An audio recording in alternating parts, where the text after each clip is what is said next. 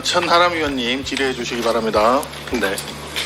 예, 국세청장님, 감정평가 사업 관련해서 좀 예, 의원님. 여쭤볼게요.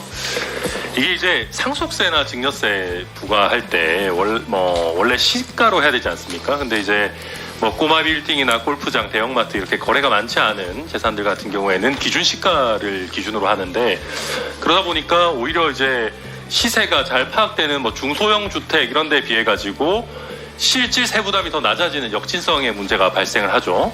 예, 그런 경우가 꽤 있습니다. 그렇죠. 그래서 이제 국세청 2020년부터 감정평가 사업을 하셨는데 4년간 제가 보니까 총 예산을 한 156억 정도 쓰시고, 감정평가를 해보니까 신고가액이 4.5조 원 수준이었는데 감정가액이 7.8조 원 수준으로 73% 정도 증가를 했네요. 예, 그렇습니다. 이 정도면은 예산 투입 대비 굉장히 성공적인 가성비 높은 사업이 아닌가 평가합니다. 예. 그래서 이제 제가 보니까 국세청에서는 내년 예산을 45억에서 한 2배 이상 95억 정도로, 2배 이상인가요? 그렇죠. 늘리자고 했는데 기재부에서는 한 5억 정도만 증액한 걸로 아닙니다, 보이네요. 의원님. 51억 증가가 됐습니다. 51억 증가가 됐어요. 예, 그렇습니다. 그래서 총액 얼마가 됐죠, 내년 예산은? 45에 51억, 96억으로. 96억으로 요구하신 것만큼 다 증액이 됐네요.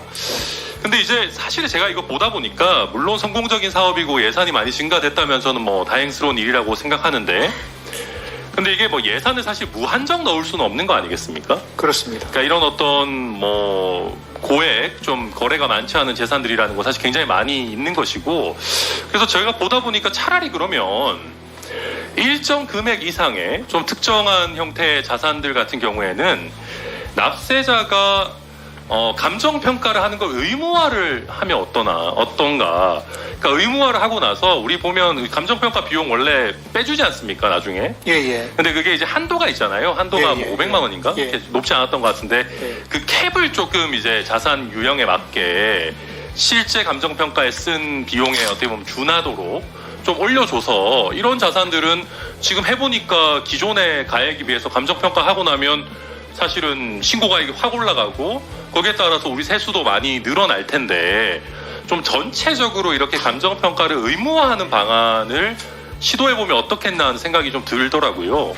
그러니까 물론 예산 늘려서 이 사업을 키우는 것도 한 방안이겠습니다만은, 이게 사실 국가 예산으로 감정평가를 이렇게 하는 것보다는 미리 하도록 하고, 또 이제 나중에 거기서 좀 일정 부분 비용 제해주면 되는 거니까 이런 방안을 한번 채택해 보시는 거는 어떠실까? 굉장히 성공적인 사업이라서 제가 한번 국세청장의 의견을 한번 여쭤봅니다. 예.